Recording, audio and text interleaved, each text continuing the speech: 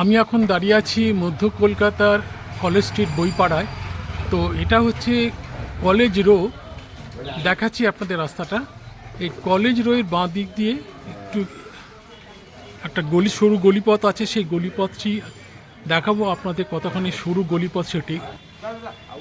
এই দেখুন, কোলাপসিবল গেটের উপরে লেখা রয়েছে জয়দুর্গা লাইব্রেরি, তলায় লেখা রয়েছে 8 কলেজ রো, কলকাতা 7,09,000।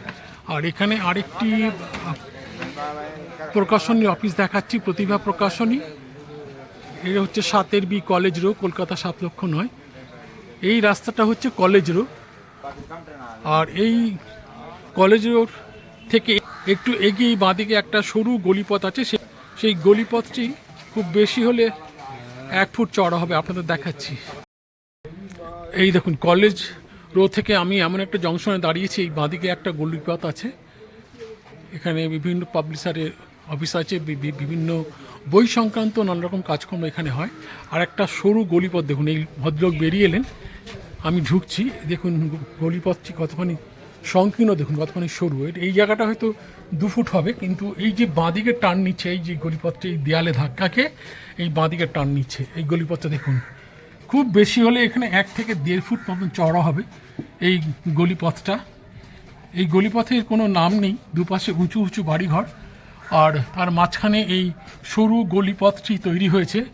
মধ্য কলকাতার সরু গলিপথ। কলকাতায় এমন অনেক গলিপথ আছে সরু সরু, যার কথা আপনাদের আগের ভিডিওগুলোতে জানিয়েছি, আজকের ভিডিওতে জানাচ্ছি। দেখুন সরু গলিপথটি কোথায় আমাকে নিয়ে যায়, একবার সামনে এগিয়েই দেখি।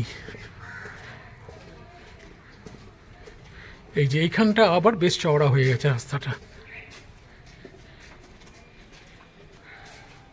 আপনারা দেখলেন যে গলিপথটি ফেলে এলাম, সেটি কতখানি সরু গলিপথ আপনারা দেখলেন স্বচক্ষে ভিডিওর মাধ্যমে। চলুন আমরা আরেকটু এগিয়ে যাই, এই রাস্তাটা কোথায় গিয়ে শেষ হয় দেখি। ওই গলিপথ দিয়ে এসে যে রাস্তাটায় পড়লাম, এটা হলো টেমার লেন। এই দেখুন লেখা রয়েছে, এটা হচ্ছে টেমার লেন। এই টেমার লেনে এসে পৌঁছলাম।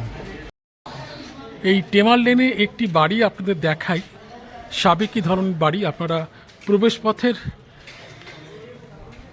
ডিজাইন বা অলঙ্করণ দেখলেই আপনারা বুঝতে পারবেন।